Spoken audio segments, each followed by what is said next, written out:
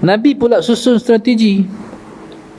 Depa mai masalah Sayyidina Muhammad. Allahumma salli ala Sayyidina Muhammad.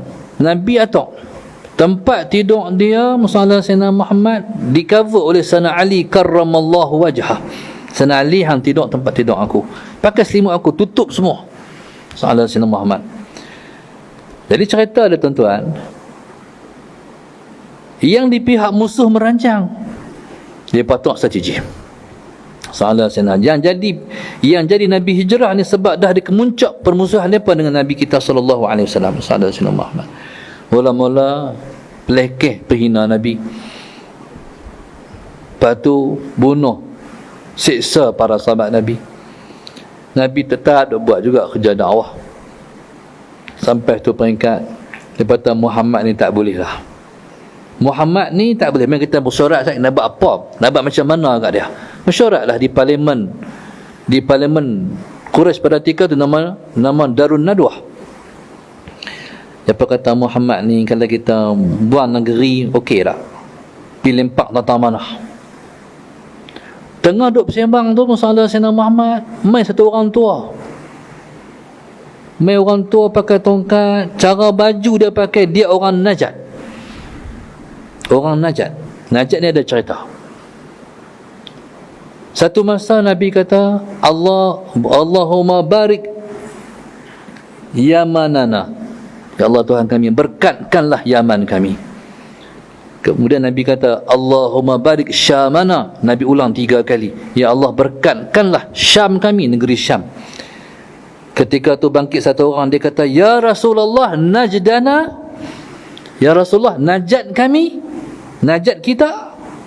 Najd ni duduk atas Saudi, atas dekat dengan sempadan Jordan apa semua masalah Sayyidina Muhammad. Nabi kata Najd ialah punca kejahatan. Tu Nabi kata.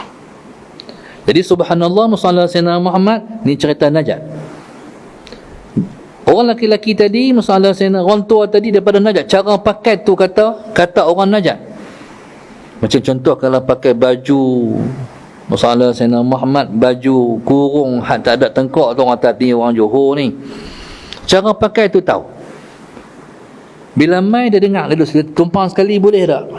Sila duk bincang apa? Ni bincang bab Muhammad ni. Salah siapa?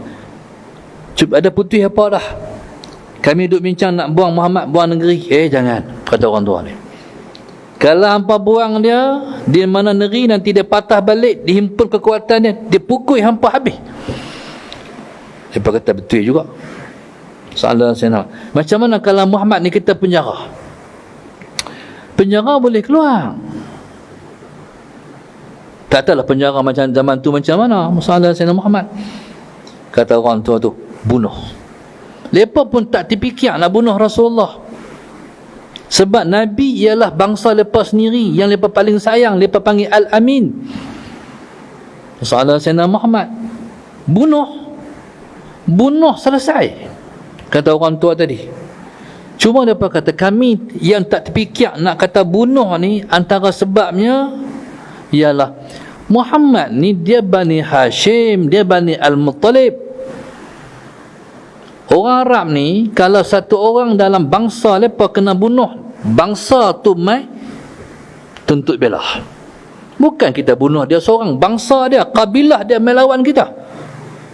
Kabilah mana?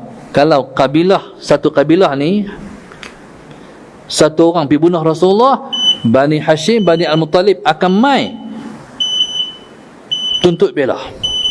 Dia cari sampai jumpa pemuda yang bunuh Rasulullah tu. Kata orang tua tadi, macam ni hampa ramai, pilih seorang pemuda di kalangan hampa. Salah Sayyidina Muhammad 40 orang, 100 orang pemuda, wakil masing-masing, setiap bangsa, setiap kabilah. Berani Bani Hashim lawan hampa semua. Betul orang tua ni cerdik sungguh. Salah Sayyidina Muhammad. Tu yang jadi anak-anak muda keliling rumah Rasulullah tu. Salah Sayyidina Muhammad. Cumanya waktu lepas kepung rumah Nabi kita sallallahu alaihi wasallam tu, salah Sayyidina Muhammad, Nabi keluar dengan strategi. Salah Sayyidina Muhammad. Nabi keluar dengan strategi. Nabi keluar daripada rumah, Nabi ambil yang pertama Sayyidina Ali tidur dah, salah Sayyidina Muhammad, dan Nabi ambil pasir. Nabi baca waja'alna min baini aidim saddan wa min khalfin saddan faghshaynahum fahum la yubsirun. Tu doa jumpa polis tu. No, masalah sebab lesen tak bawa, baca doa tu. Ataupun masalah Sayyidina Muhammad rotek habis ke, baca doa tu. Tapi jangan tunjuk muka takut, tunjuk muka berani. Betul yang kadang-kadang kita ni baca Quran tak jadi sebab kita tak betul dengan Quran, tak yakin. Dia kena yakin. Dia bukan apa sebab tak mau bayar compound tu je, duit tak ada. Tuan-tuan, masalah Sayyidina Muhammad akhirnya Nabi ambil pasir, Nabi buh atas seorang atas kepala seorang. Dia pun jadi mengantuk semua. Lepas sedap Nabi dah keluar, masalah Sayyidina Muhammad. Bila Nabi kita dah keluar, Allahumma salli ala Sayyidina Muhammad. Lepas sedap atas lepas ada pasir. Pakat terpa masuk salah Sayyidina Muhammad. Bayangkan kalau lepas cerita dia macam ni. Orang tua tadi suruh menentak Rasulullah dengan sekali tetakan. Tak ada siapa dulu kemudian. Berarti sama dia tetak. Bayangkan Sayyidina Ali kena tetak. Tapi Tuhan Maha Kaya menyelamatkan tenteranya. Lepas tarik selimut, tengok-tengok Sayyidina Ali. Kalau lepas tetak sekali, habislah Sayyidina Ali. Tapi Sayyidina Ali hebat. Dia sanggup mati walaupun dia budak. Budak pun dah hebat. Budak ni lah dipilih jadi menantu Rasulullah. So, kita nak pilih menantu pun kena tengok juga. Soalan Sayyidina Muhammad. Hak tu rempitnya nak macam menantu macam mana tu? Ni menantu dia tolong perjuangan Islam ni, menolong agama Allah Subhanahu wa taala ni. Allahumma salli ala Sayyidina Muhammad. Maka tuan-tuan, subhanallah, Allahumma salli ala Sayyidina Muhammad. Begitulah yang dikatakan orang yang cerdik beramal untuk masa lepas daripada mati. Bukan setakat diri sendiri, habis cover keluarga semua tolong agama. Allahumma salli ala Sayyidina Muhammad. Seperti mana Nabi Allah Ibrahim alaihissalam menjadikan semua anaknya ialah tentera-tentera Allah Subhanahu wa taala.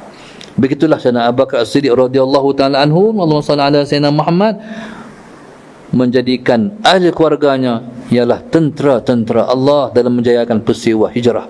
Allahumma salli ala Sayyidina Muhammad. Sehingga tuan-tuan, saya nak sebut yang terakhir sekali berkenaan negeri Najd. Najd ni juga masalah Sayyidina Muhammad ialah negeri